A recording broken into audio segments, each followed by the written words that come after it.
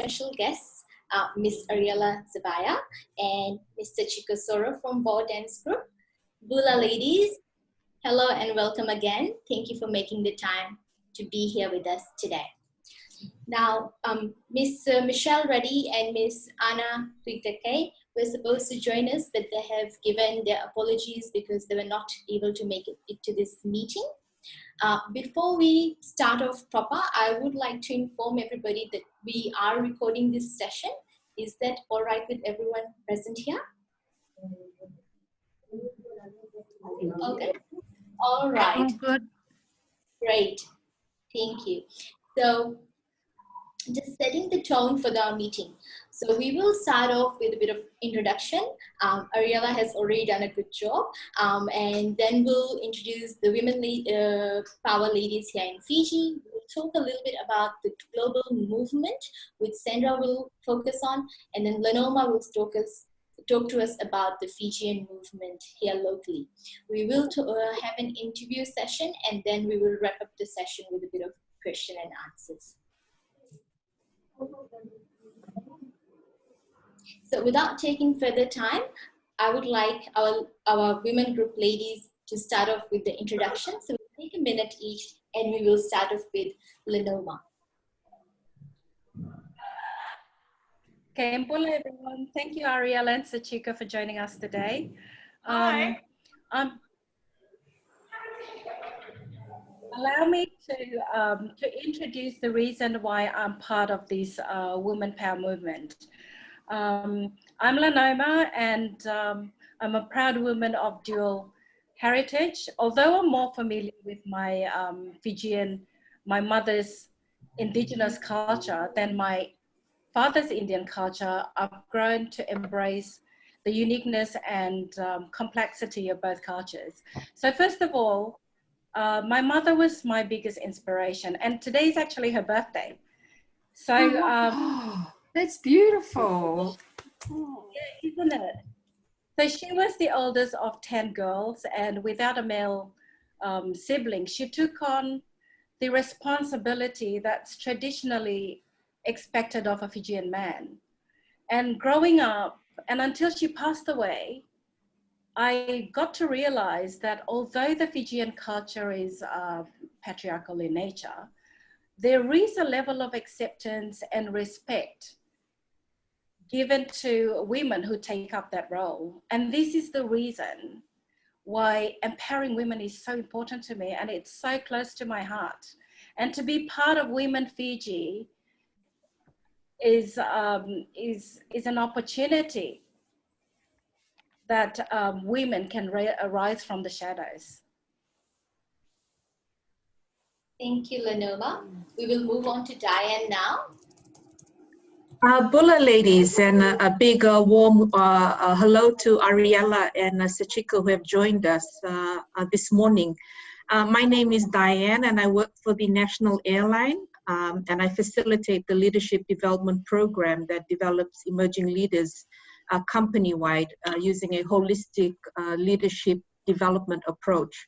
I'm very proud to say that we've got 58% women represented in the Leadership Development Program out of a total of 17 participants. A bit about myself. I've spent the last 13 years in various management roles in the Western Division and also in Suva in helping people and contributing to my country's development, something I'm very passionate about. I raised 2 teenage daughters, and I went back to work many years ago wanting to make the world a better place for my girls. And I'm still at it. I haven't even chipped at that big boulder that's in front of us. So I don't represent the airline through Women Power Fiji. You know, this is something that's very personal to me from Sandra's invitation. But I'm just eager to be here today to learn and to share all that I can from you wonderful ladies. So yeah, very happy to be here. Thank you for that, Diane. We will move on to Meena now. Hi, ladies. Hi, my name is Meena Pala, and I'm quite excited to be part of this session today. A bit of background on myself. I was born and raised in Lautoka. I also went to Justa Williams, and I got married at the age of 18 and settled with my husband in Auckland 25 years ago. We later moved to Australia and lived and worked in Melbourne and Sydney. After 23 years abroad, my husband and I made a lifestyle choice to move back to Fiji in 2017 with our two boys, now who are 7 and 15 years old. I was fortunate to have worked across multiple industries in my career, including travel, wellness, and fashion. And after surviving the doom and gloom, the glamour of the corporate life, we decided it was time for a change and reset our lives and do something for ourselves. I'm now part of my husband's tech business and really enjoying the time in Fiji, close to my parents. And the most beautiful thing we have done is giving our kids the experience of the strong culture and family values. My observation over the past 3 years is that women here are still not getting the respect that we deserve. And this includes feminism and basic courtesy of ladies first etiquette, which we take for granted in the Western world. I'm motivated to be part of this group to help drive that change. Thank you. Wonderful to hear from you, Mina. We'll move on to you now, Sandra. Well, hi, ladies, and had the pleasure of hearing a little bit about Ariella. So, Shishika, I'm excited to hear a little bit about you. So, my name is Sandra Viljoen, and I'm sure by now you have recognized my accent, and I am just honored to be a visitor of Fiji. I've been here, living here for 4 years, and we probably have another 3 years to go. And I have, I suppose, the gift of attracting beautiful people, you know, and I've traveled a lot in my life, and I've been sort of living from country to country, but every time I land somewhere, I know that I'm going to attract the most amazing people to work with, and especially women. So I'm very passionate about empowering women, working with leadership groups. So I previously come from Mauritius, where I was helping leadership development groups with women, as well as introducing more women into politics, because that's where the change needs to happen, right at the top. I run my own systemic development practice, which includes training leaders, developing leaders in NLP and other techniques. And yes, and lovely to actually be stuck in Fiji during this time, because then it means I haven't traveled, and it's a lovely place to just stay and bond. And thank goodness for Zoom. We have the world right on our computers. So I'm really excited to have the two of you ladies join this beautiful group of these 5 women who have already done so much for this cause and have shown such passion. And today we just want to learn from the two of you as well. So thank you very much. Thank you, Is that all Sandra? of us? Yes, it is. Okay, so we will now move on to our guests. And I know, Ariella, you have already introduced yourself to our little group, but maybe you could tell us a little bit more about your work and a bit more about communication. And we'll go on to Sachiko from there on. Okay, so I did. Thank you, Shruti. I spoke a little bit about my mainstream media background and how I had progressed from being a reporter to then, while freelancing, I was then exposed to a lot more possibilities if your core strength is communication, so to speak. So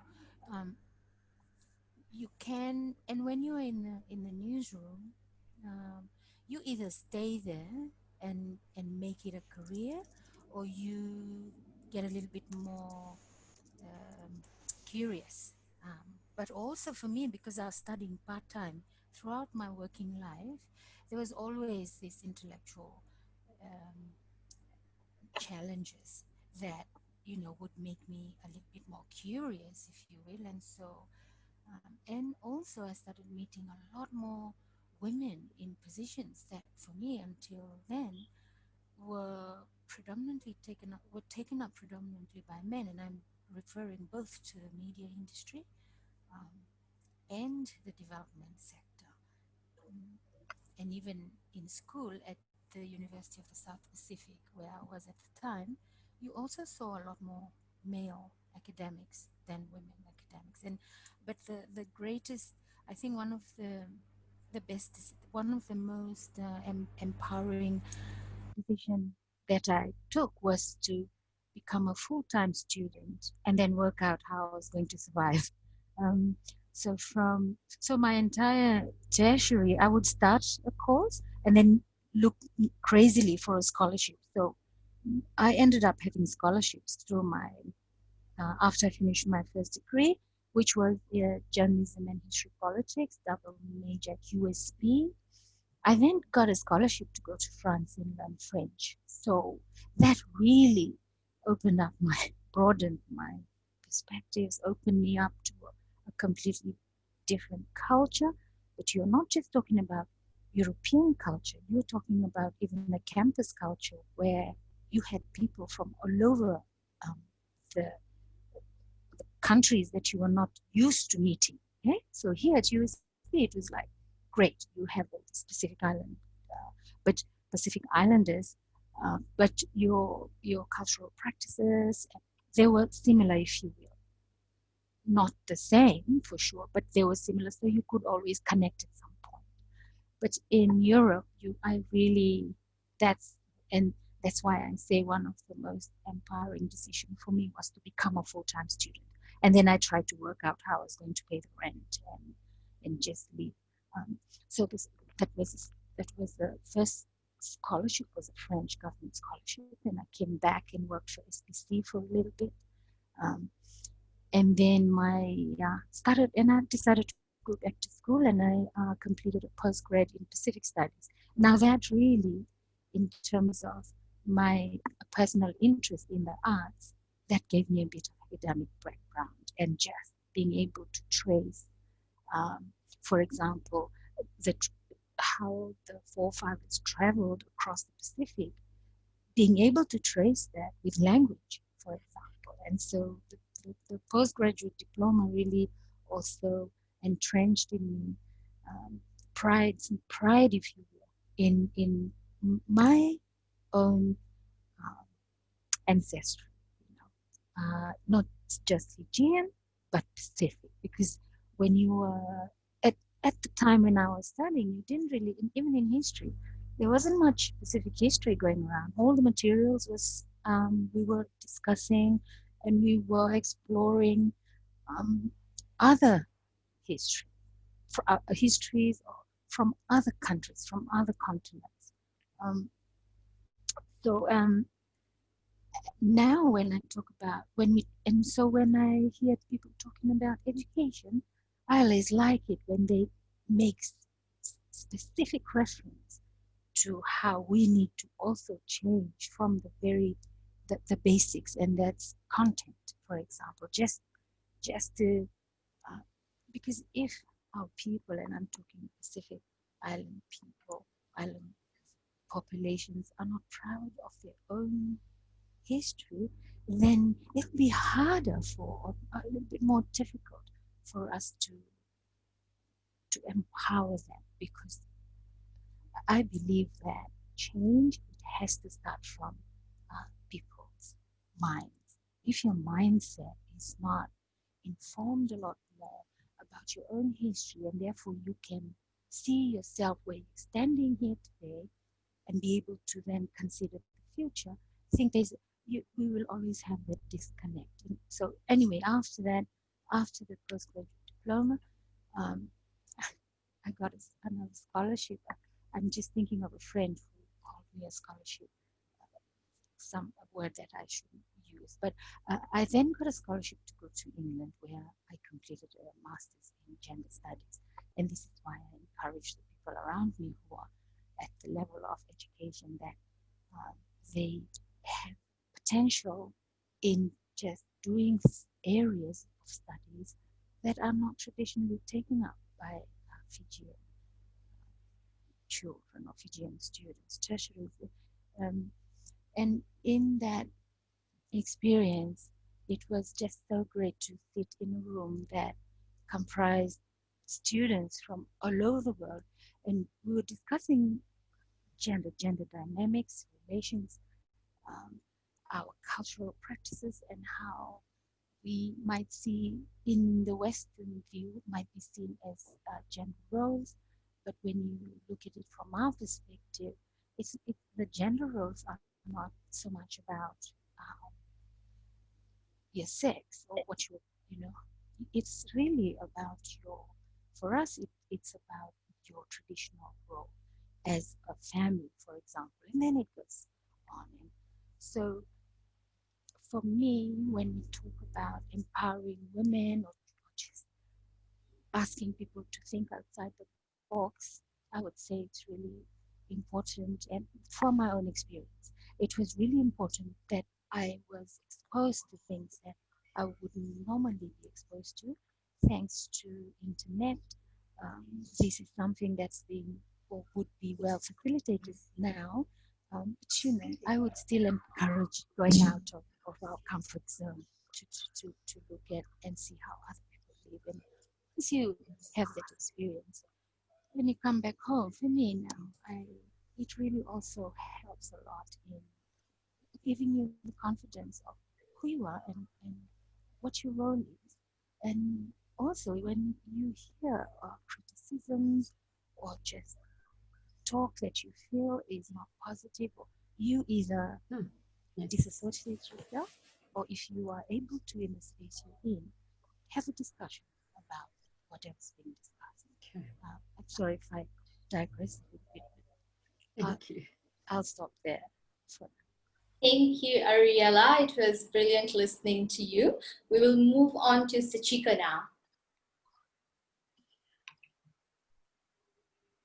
Hello everyone, my name is Sachiko. Thank you so much for having me today.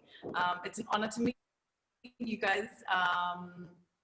So my name is Sachiko. I'm originally from Suva and I run a dance company called Vo, and we are now based in Nandi. We do a wide range of dances, traditional, contemporary, we travel, we run a tertiary dance diploma and a theatre, and it's very rewarding work. It's very challenging at times, but very rewarding.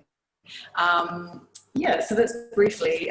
Vo, sort of our main purpose for existence is, especially coming back after COVID, we sort of like relooked at sort of like all the reasons that we exist, like why are we dancing? What's the point of this? Like, why do we exist? So we sort of reaffirmed that, dance can really be used as a positive force for positive change. There are moments and possibilities for healing through dance. There are possibilities of connection between dancers, between the audience, to bring people together, to unify. So that's really what we want to do with our craft. And also we're very passionate about providing sustainable and fulfilling career paths for Fijian artists. So that's a mission that we hope to achieve. And we've always tried to maintain gender balance within our organization. And I run a leadership mentorship group, like within Bo, similar sort of what you do, Diane, but on a much, much smaller scale, I imagine, from the national airline. For me, I have always believed that in the fight for women's equality, it's not about the workplace at all. If you want to talk about, in my point of view, if you want to talk about women's equality, you need to talk about women's place in the home. And you can't expect women to be working as equals in the workplace if they're carrying 100% of the cooking, the cleaning, the childcare at home. And I'm always like so passionate about like there's no point in talking about equality in the workplace unless there is equal buy-in of what women's expected to do in the home. You know what I mean? I'm so passionate about this. And a few years ago, I was nominated for some like women's award or whatever, like business award or something. And they come, the screening people come around and they interview you and they're like, so what do you do for women at your company? And I said, the one thing that I do for women is I give all the men 3 months paid paternity leave. And they were like, what?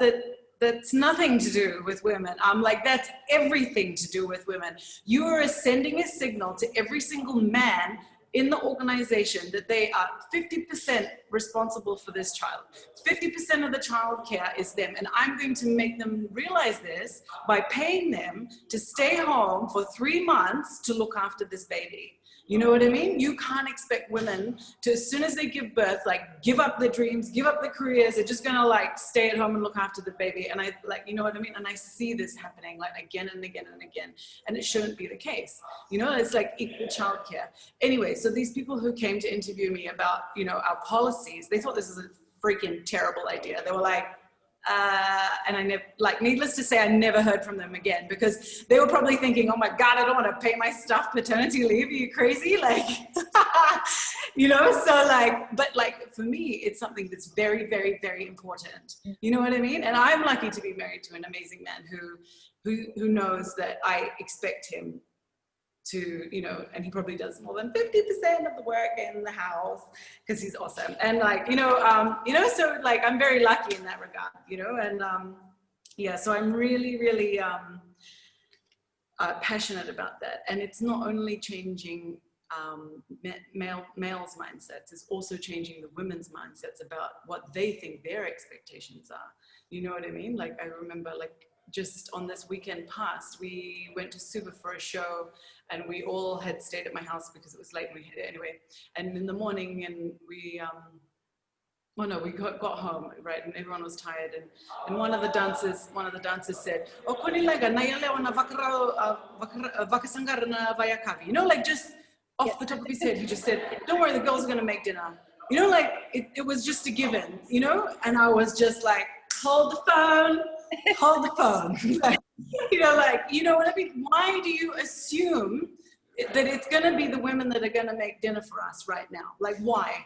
You know, like, and so from that, like, moment on, I was like, right, for the rest of this weekend, only the men are cooking. You know, like, because we just need, and like, a lot of the time, like, in my experience, like, young women, like, automatically assume those roles without questioning whether they should be doing it. You know what I mean? Like, it's sort of like, I don't know where we learn these things. Maybe it's an observation. I don't know. But anyway, but you know, that's why it was like, and I felt so sorry for the guy that said it. Like, he's a really nice guy, you know, like, and I was just like, gave everyone a lecture about like, you know, like what, you know, expectations of different genders are. And he was like, oh my God, I'm so sorry. Like, you know, so I was like, I kind of felt bad for him, but at the time, at that moment, like, you know, it was just like, we need to question every single time we fulfill an habitual action that is associated with our gender, you know, and I feel like that is more pronounced in the home than it is in the workplace. You know what I mean? So for me personally, I haven't found any challenges with being a woman. I think that's because just me as a person, I view myself as an equal. You know what I mean? So like, from my point of view, I'm not viewing myself as any different. And actually, I've been able to obtain a lot of advantages. You know, I went to this amazing business conference for women entrepreneurs. I have amazing, you know, network of women that like support each other. And in that regard, I'm so blessed and lucky. So I think that, you know, there are major benefits as well to being a woman, and just encouraging young women to question everything, question authority, know that they're equal, that they don't have to, like, almost like they need to know that they're equal before they demand equality. Like, they need to believe it themselves before we demand someone else see that in us, you know? So, yeah, so, and I think that so the education is for everyone, you know? For the older generation, for the younger generation, for men, women, everyone. So that's just a little bit about myself and my staunch beliefs about gender equality. I hope that's been interesting in some way, and I will stop rambling. Thank you. Thank you, Sachiko. Thank you, Sachiko. I mean, that was it was just so mind-blowing listening to you, especially what you were saying about the gender norms and how we played out in our everyday lives. And thank you for making the time to be with us, especially since you have to be somewhere in another meeting shortly. So without taking further time, we are going to move on with our program today. So just a little bit about us. The Global Women Power Group was formed in 2020 in January this year. It was formed by a gentleman called Mr. Bakshi, who is the CEO of Global Talent. Women Power is endorsed and supported by the UN, and the purpose of Women Power movement is to support women and groups all over the world to empower women to reach their full potential with the care values in mind. So a little bit about the group here in Fiji. So we came to be when Sandra had a meeting earlier this year, and she was asked to form a woman power group. And so she said about getting our group and get like-minded women. And our whole aim was to have an idea sharing session where we gained insight. Our outcome or our objective is to form potential collaboration and allies and to explore soft interventions and to bring harmony to all cultural groups in Fiji. So till date, we have had several meetings and we're discussing how to move this forward. We have discussed and explored and researched ways and how we can do this. We are currently familiarizing ourselves with a lot of things that are happening in Fiji, and we realize there are a lot of leading women in other fields, which is why we're having the meeting today to gain insights from women leaders like you. The purpose of our meeting is to educate ourselves with the issues regarding women in Fiji, to get a greater sense of what other groups in the country are doing, to see where we fit in as a group, and to collaborate with women from other organizations as well. So the why are we forming this Women Power Group? Our purpose is to align to women living in a safe place. We want to give greater value to other women groups around the country. Our core aim is to have a safe space, and this will be done through soft interventions. And we're hoping to use women as agents or women network to create change or make a change. Our overall purpose is to bring Fiji's voice to the global movement and to use women as catalysts in the cohesiveness of this country and the nation. So that was a little about us, and now we will move on to Sandra, who's going to give us a view of the Women Power Global Movement. Over to you, Sandra.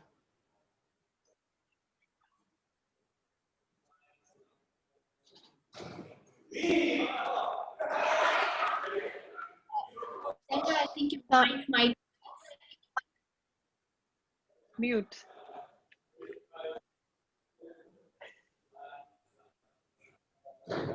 Here we go. Sorry, I didn't realize I was on Yes. mute talking to myself. I was just saying thank you so much, Shruti, for doing a beautiful introduction for us. It was really awesome. And how amazing was it to really hear from both of you? I mean, Sachiko, your stories, your passion was just amazing. And what I really liked what you said was that the fact that it starts at home, and I love that, you know, how do we, and changing not only the men's mindsets, but changing the women's mindsets about that. So a lot of what you said was so powerful and resonated with a lot that we want to do today and what we intend to do. And Ariella as well, you know, one of the things that I took away from you was the constant willingness to educate yourself, to be exposed and to do it yourself and find ways of doing it, and absolutely how important education is, understanding other cultures. So to give you a little bit of background about why we're starting this group, and you know, two things come to mind. What we didn't want to do is just start another group that's going to be doing similar stuff to all the other groups just for the sake of having a group. And that's the really reason, as Shruti said, we want the two of you, and we want to speak to other ladies that are running groups to really firstly collaborate so that we can work together, and then secondly see what is the loophole, what are we doing and what aren't we doing. And both of you spoke about mindset, and I think this is the one thing that what Shruti was talking about in soft skills or soft interventions that we really want to work at. How do we change mindsets? So I was just dragged in. Bakshi, DK and I worked on many, many programs. He's originally from India, but he's worked in Malaysia for many years, and he runs Global Talent, which is an organization that has offices all over the world. And he himself, I've teased him, and I said to him, I've nominated him as an honorary woman. You know, like we get people who don't really necessarily study but get honorary degrees. Well, he's an honorary woman because he's honestly has done so much for women, not just the talk, but the walk.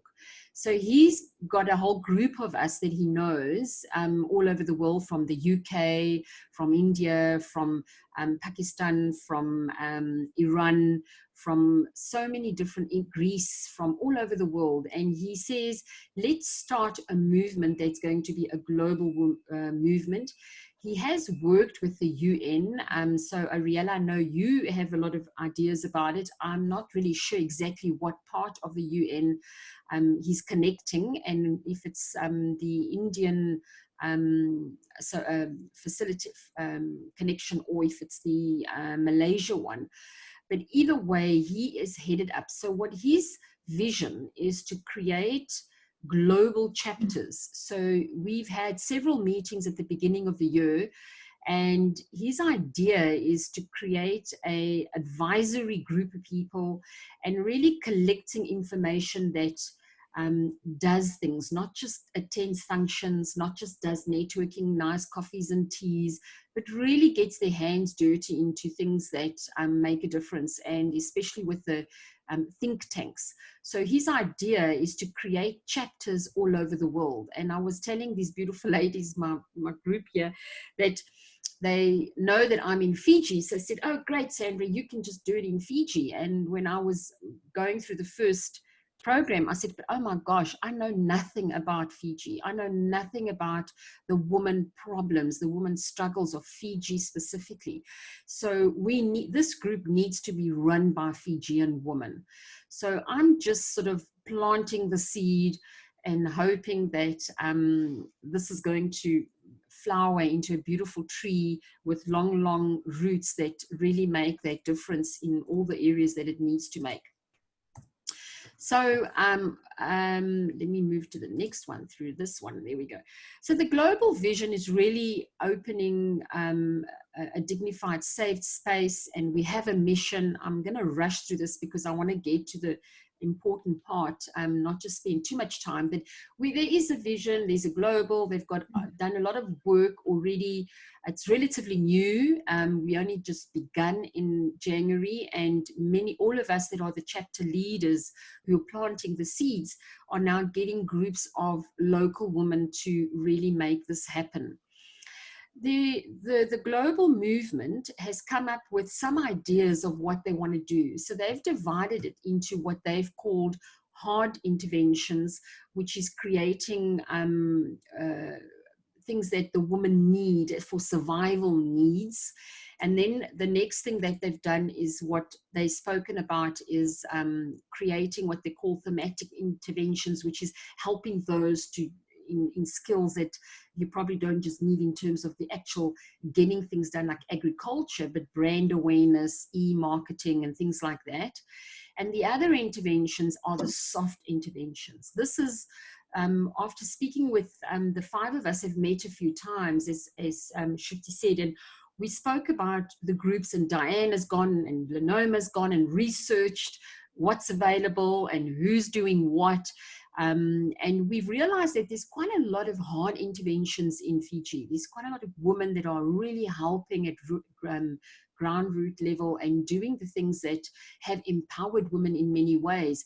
But one of the things that we think, and that's what we want to get your ideas, because you've been involved in groups, is the counseling side, the mindset change, the motivation, the confidence building, the self-development, that we sort of see areas that we can maybe work in that might be different to what the others are, but we're still busy doing the research, so we're not 100% sure on that.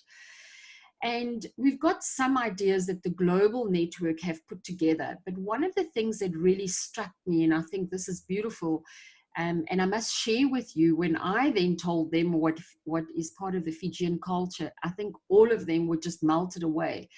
Because what they wanted to do is focus on storytelling.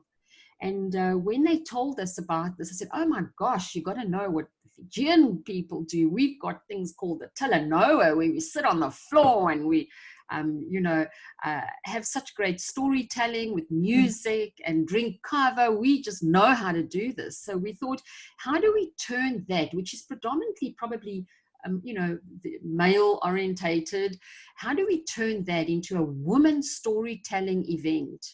And how do we do that so that we can work together? So sitting together, we've come up with some ideas which I would going to invite Lenoma to share with us. And then we'd like you to collaborate and just tell us your views. What do you think will not work? What do you think will work? And just help us. And we're hoping you're going to be wanting to also be a part of us so that we can water this tree and make it grow. So Lenoma, please do share a little bit about what we've spoken about in our Fijian vision. Okay, thank you, Sandra. Ariella and Sachiko, I'm just going to read this presentation through as we go along, and I'm going to try and make it as conversational and interactive as possible. So I'm going to start with our Fiji vision. So our Fiji vision is for all cultures to live in harmony, share knowledge and resources, and promote diversity in all aspects of daily lives. In order to enable these, we can draw on one of the cornerstones of Fijian culture, the custom of respect, and as well as the spiritual values of Hinduism. As a movement, our local mission is to bring women from different cultures and backgrounds together, as we are doing now. And in order to create a safe environment and facilitate the empowerment of women in Fiji with rural, maritime, and urban settings. Our ultimate goal is to provide a progressive journey that supports women in making positive changes in their lives and getting the respect and value from their families and communities, thus changing the level of development in different systems in the entire nation.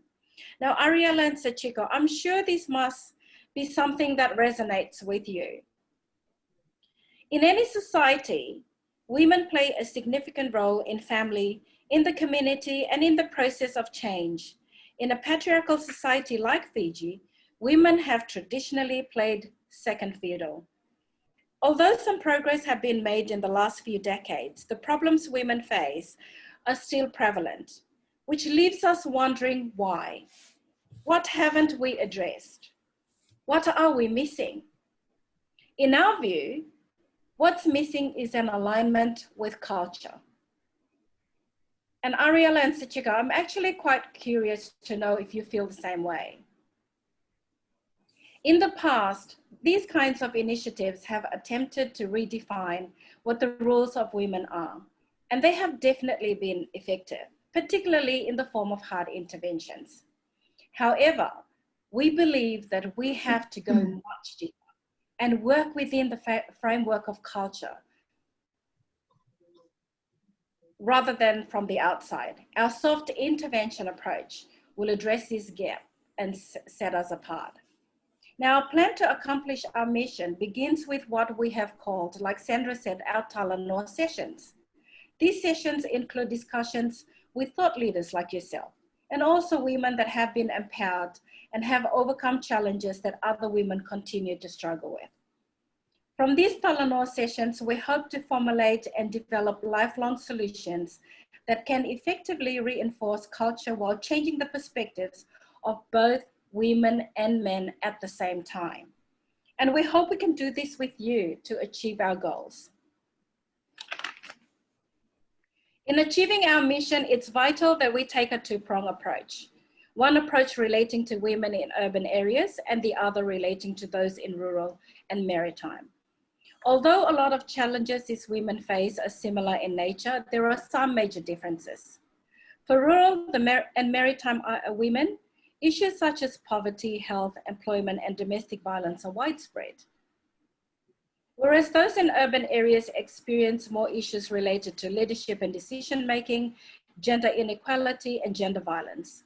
Furthermore, women in rural areas have more traditional roles, while those in urban areas who have undergone higher education are more westernized and are participating in the workforce have moved away from traditional female roles and perceive and value themselves differently. Therefore, a one-size-fits-all approach will not be effective. And I'm sure Ariella and Sachiko, you probably agree with that.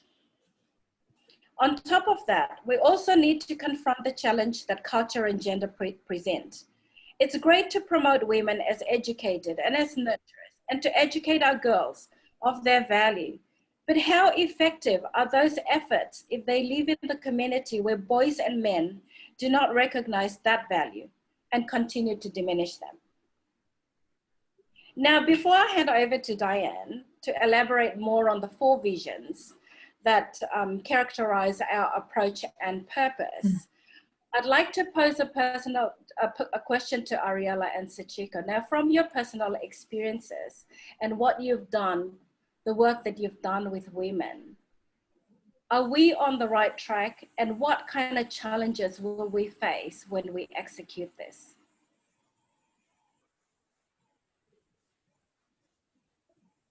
Thank you. Sachika's just left, so I'm just going to jump right in to say that addressing these intersectionalities most definitely is something that needs to be addressed specifically. The working from inside, and when I say that, I mean culturally speaking, most of the initiatives do not actively include men. When I say that, I acknowledge and I recognize that sometimes some of the work that's already happening does work within frameworks or the normatives that really almost, if I may use the word, dictate that the work is really with women or women's group.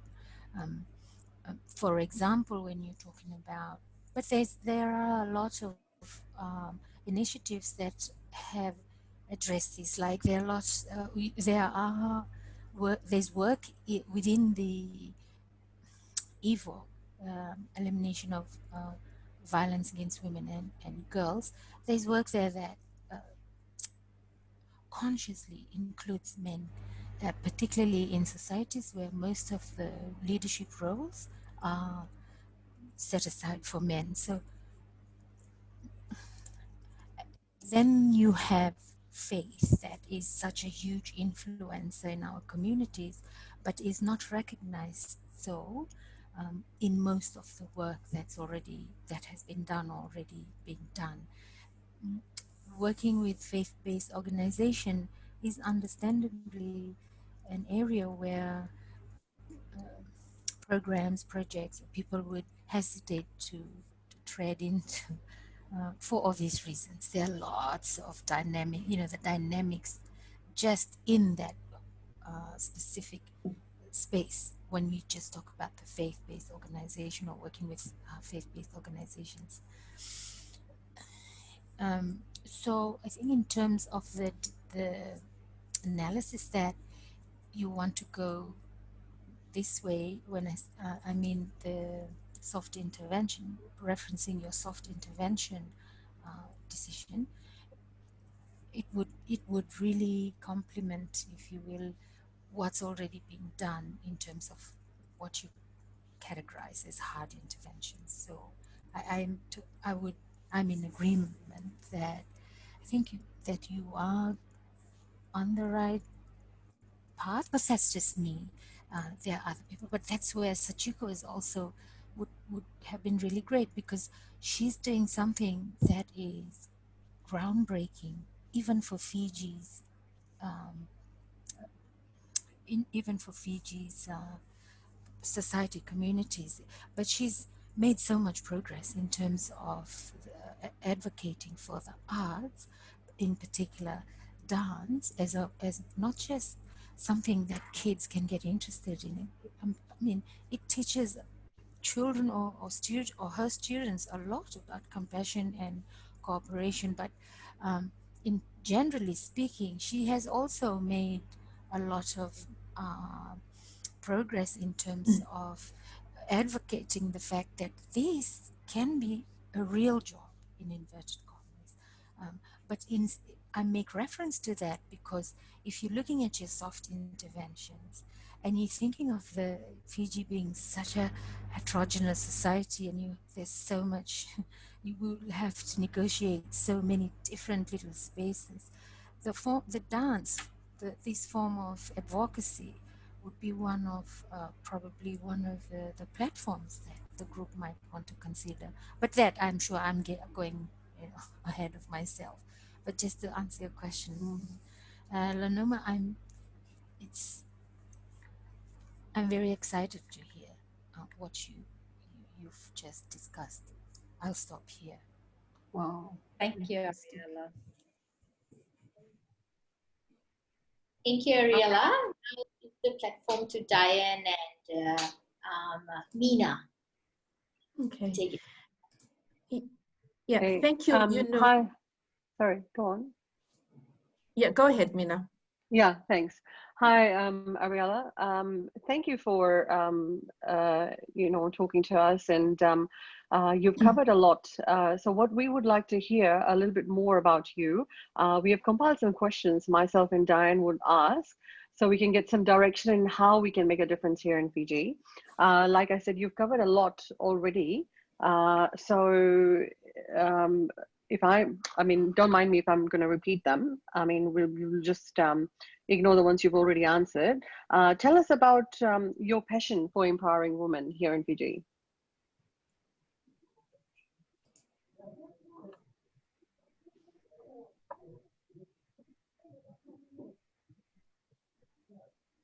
Hi, Ariella, are you there?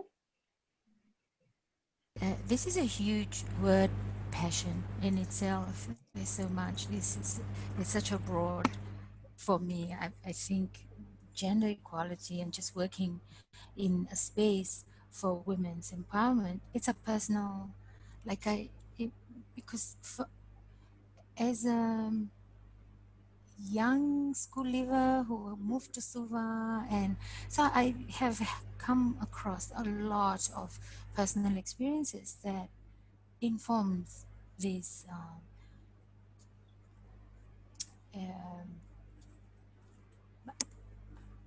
um, that makes me tick, if you will, um, in terms of the work towards empowering women. I have had the privilege of having parents who were very supportive, and they were enabling. Um, they did not say you must get married by 25. They never said, but at some point they said, man, this university, it's really expensive. So I went out and looked for a job. And so for me, having gone through that and having had to make some decisions, because I myself as an individual wanted to do better. I wanted to be independent. I wanted to be able to eventually be in a position where I could, even look after my parents. I'm still looking after my mom and be an inspiration to others. And they used to make fun of me when everybody's partying and I'm sitting in the room trying to study for my exam. But I've never regretted those choices. So for me, the passion is very much informed by personal experiences, and I've been privileged to work in spaces that does that works towards the empowerment of women.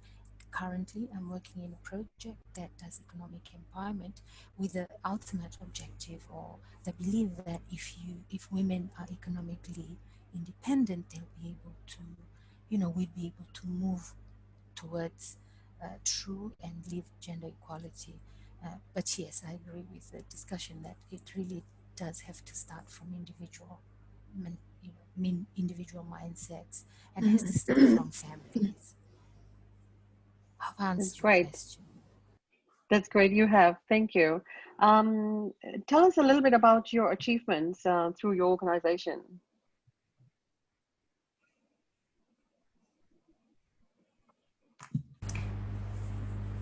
Well, where do I start? I think if most I think just being able to be still here, um, but there has been, because my trajectory is not straightforward. Leave school, went to university, and started working. Um, so in a sense, I started a little late entering the development sector after 30, but that's because of how the beginnings were not very, were not, were not, so straightforward. Um, but to answer your question, there's been a lot of contribution and support in terms of um, designing or starting from begin conceptualizing advocacy approaches or advocacy work, conceptualizing and working with program, being able to understand what the big picture objective is and trying to be able to implement that at uh, um, at a level where everyone can understand. So for me, I would say being able to do strategic communication, but not just doing strategic communication, but being able to see the potential in marrying things like monitoring and evaluation findings and stuff like that, and then translating these things into something that is consumable at a everyday to your everyday Joe.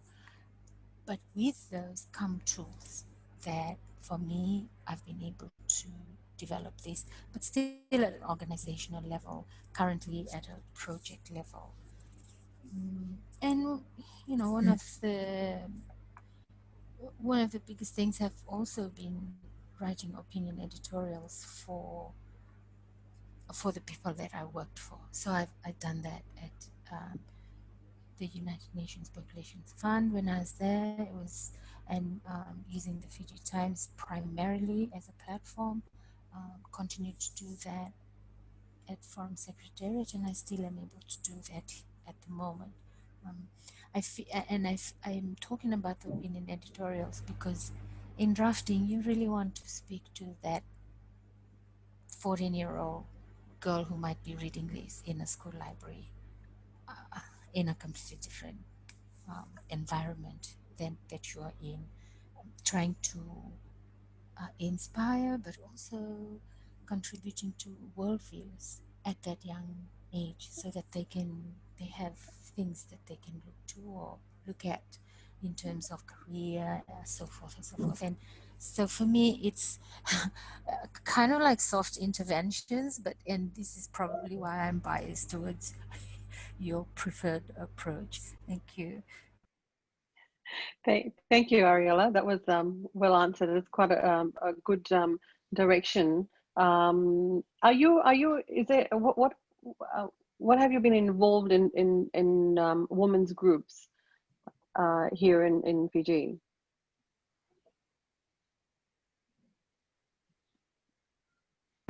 I've been part of the Fiji Women Graduates Association, so we contribute. Sometimes they call us up for discussions on certain issues, or if there are inquiries that they feel you might be the best person to have a discussion to address it.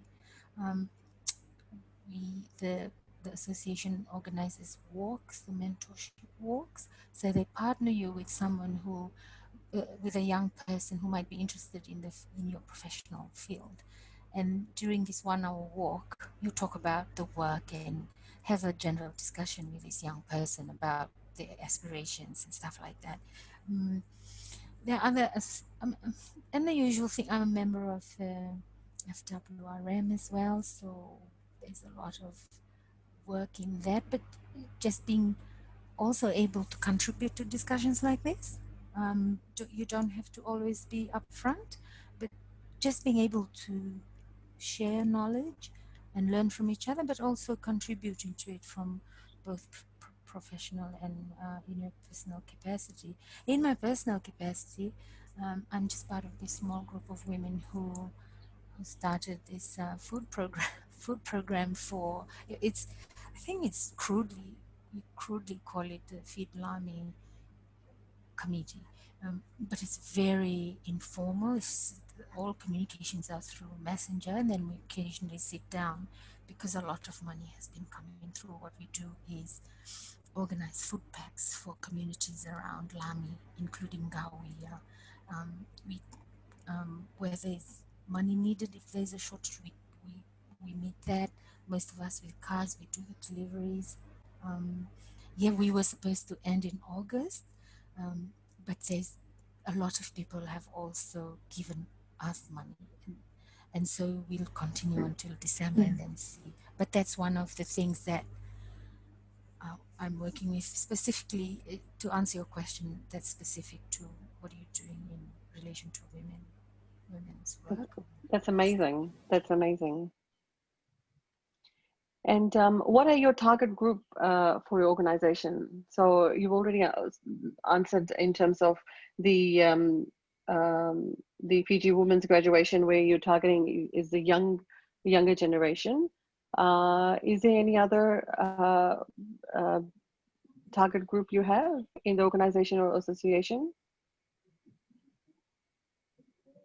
For the Graduate Women's Association, um, when there is funding, then there are scholarships as well that we provide for tertiary education, but specifically for young women who have been accepted into programs that are traditionally like the boys go and do this engineering or marine studies or stuff like that. So you could say, um, if there was ever a target group, you're talking higher primary school to say tertiary, and once you've graduated, obviously you have a choice of joining the association, and then you can always contribute any way you want. One of the I've I've missed a lot previously because of how much travel my work involved before, but now that you know, for obvious reasons, while we cannot meet a lot, but there's been a lot of just hanging out and talking about stuff we can do after this, or when we can do work. Great. And professionally, just professionally, in my professional capacity, we're working with women, both rural and urban-based market vendors, and we, so they go through, the project provides very basic workshops like financial literacy and stuff, and most of the women are like, oh my god, I just get money and I spend everything and then I go back to the village, and it used to be a cycle. But now a lot of the women who have been benefiting from the workshops are like, we bought a truck and now we are, so it's been amazing in that sense, having, but that's the joy of the work I do, in being able to access M&E kind of finding surveys that, and we even do some uh, interviews, like the longitudinal surveys, where we speak to the same group of women over 3 years, and then we see the progress that they're making. We work in 3 countries, Fiji, Vanuatu, and Solomon Islands. So these positive stories are coming as well from outside Fiji. I'll stop there. That's great. What are some of the challenges you've experienced?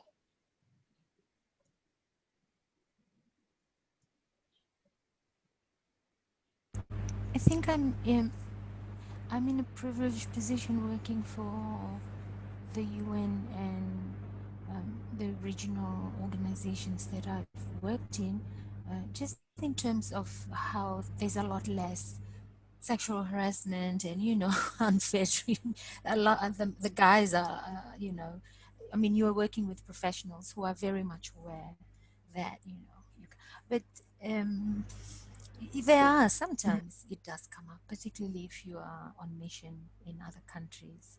And but here, for example, you also have precedents in terms of court cases and jail times, and so you're, you know, they're a lot more informed, if you will, or aware that there are certain things you shouldn't take for granted anymore when it comes to how you interact with women. For me professionally, for me the challenge has been, I would say, just um, having ideas of how you could, say, implement some campaigns and stuff like that, but not having the funding to do it. Or maybe by the time you're ready to do it, it's by the time you like the money comes, it's you know. So it's, for me, it's more about enabling an enabling environment where, as a creative person, you're given a little bit leeway, if you will, on what you can and what you can't do. Um, your question, what are some of the challenges you experience, is kind of broad, but I'll stop at that. Thank you. I'll pass it on to Diane now, and she'll take over in terms of what I have not questioned. But thank you for that, Ariel. That's amazing. It's really nice to hear your input, and with all your experience and everything, it's quite exciting to, you know, to hear you.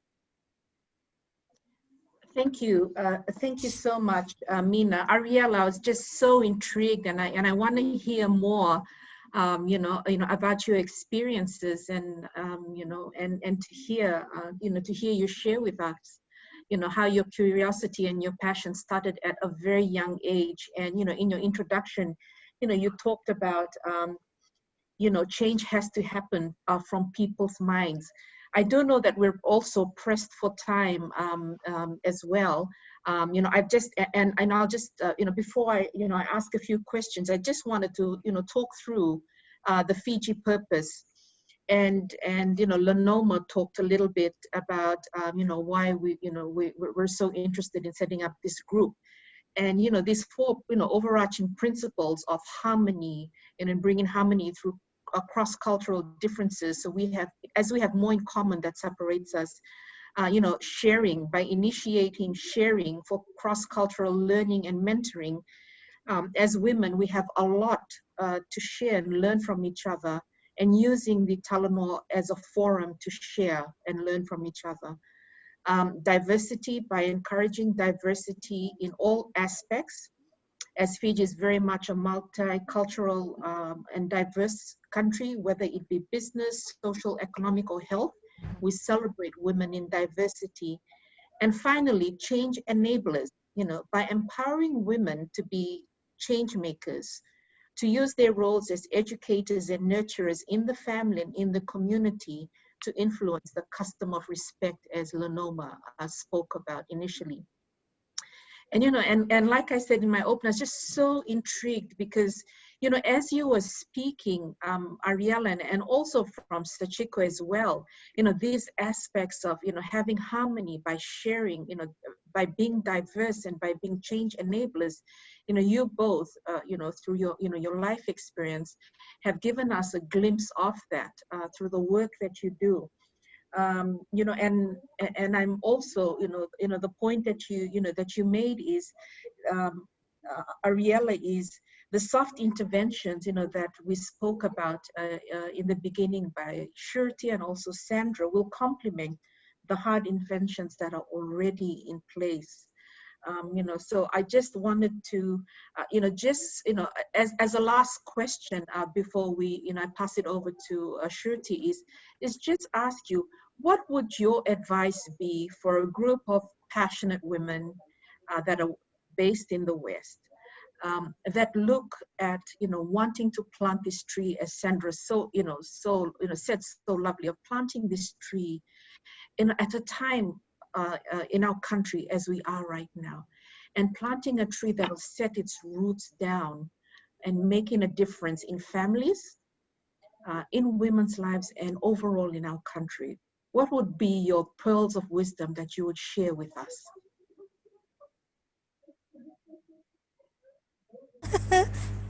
I don't know about pearls of wisdom, but um, I think we are Well, already get in a there. good space. You are already in a good space if you are going to work with women. One of the most successful campaigns I worked with the Tuvalu in terms of their elections was using the ladies, using the women instead of they proposed that we buy baseball caps for their enumerators. And in that discussion, I suggested, why don't you get the women to weave the hats for the men, but before when you go and ask the group of women, you can inform them or give them already all the information about the census, when it's happening, why it's important, all these things. Because once you reach the women, you are already reaching the families in terms of just awareness and stuff like that. So for me, it's always important to just, I think first off, I would look at the existing um, work that's being done, but not in terms of entering, in terms of entry points. I would probably, because now it's a little bit more, it's difficult to go into these areas, because so for villages now, before you go in, you have to get permission from the provincial councils, for example. Um, so for me, if we, let's say, my why I thought of my Tuvalu example first off is because my question to the Tuvalu delegation was, do you have organized women's group? So in reference to, say, if the Hindu temples or the whatever we are working through, whichever, if they already have women's groups that we can go through, then that would be like the entry point. But for me, in terms of just getting into the community, um, Jen uses, I think her name is Jen or Jenny Tikaram. She works a lot with a group of um, Indian ladies in Rakiraki, and that's how I think she worked through the existing community um, grouping. And for me, I would also just make sure that we already know what we want to do and are able to articulate this in a language that they would be comfortable in. That's my two things would be, just look at, we would, or we should probably look at the existing structures, those that are working and those that aren't. But in terms of the soft intervention, if there is real traction, or, I mean, you're going to have to be courageous to work um, with a faith-based group. And so if you decide to do that, then I think just by the time you go and speak to them, we should be able to say, this is what we're doing, this is how we're doing it. And also, the good thing about knowing what exists already is being able to articulate very clearly where you will complement what already exists. Because if there's, otherwise, there's so many programs going out to communities, they will just probably like, oh my God, another one. But if we are able to say, Yeah. no, those, but what is missing is this, and that's where we are coming in. Would Yeah. be, and the language. I think the language is the most important thing, really. Even if, like, growing up in Singtoka, when I started working in Suva, I thought that the Fijian gang who didn't speak Hindi were putting it on, because where I was growing up, everybody spoke Hindi or understood. And so, but we all see the change. And in my current work, when I go into the markets, particularly in the Western Division, I speak my dialect. And I would never have any problem getting the number of interviews I need in that space. So language, I know for a fact, works. And if you speak in appropriate, and in the same token, we must never assume that because they're rural based, they're stupid or they don't understand English. Sometimes I ask if they prefer to be into it in English, and they're like, yeah, sure. Yes, it's not perfect English, but they're happy to do it. Um, so yeah, I think the condescension thing is also something they not so much complain about, but they know. And once they get it from you, they're not talking. Um, so, just a couple of things I would probably focus on before. Yeah. I hope that's helpful or makes sense.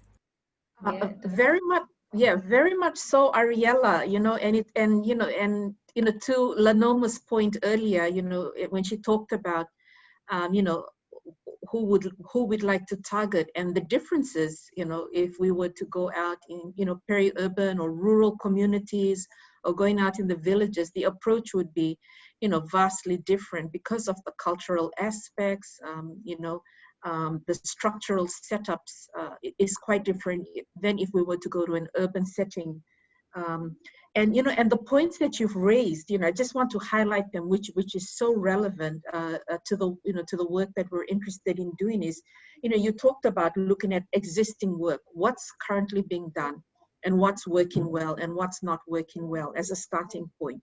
You also talked about an entry point. For example, if you're going out to work in villages, there's protocol when you go about getting to a particular village, because, for example, the women could be out all day working in the fields, and for them to be present, or even the men to be present, the DO, the provincial officer, would facilitate that with the village headman. You also talk about, to be courageous with faith-based groups and find commonalities. Um, so that, the work that we do can also complement the work that they're doing, if it doesn't exist already. And language is so important. I can tell you so many stories of, doing consumer advocacy throughout the Western Division and speaking Italki and Hindi language, not fluently, but they would be so humble in that you were trying your very best to communicate your message in their language, to be able to reach them at their level. And I think that point that you've raised of language in a very multicultural society that we live in Fiji, going out into rural communities, if you can get down to their level and communicate with them at their level, makes a vast difference in how your message is received, and also the respect that you pay them in entering their homes and their communities with humility and respect, and not, over their heads, which is quite important, as you've said. Um, that's basically, what just a few points that I was able to sum up from what you've shared with us. And for me, my big takeaway, from you has been, if you change mindsets, and especially, in leadership development, it all begins with the self. And if you're able to change the self, then you're able to change one person at a time.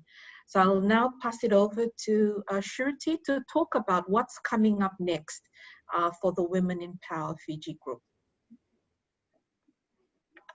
Great, thank you, Diane.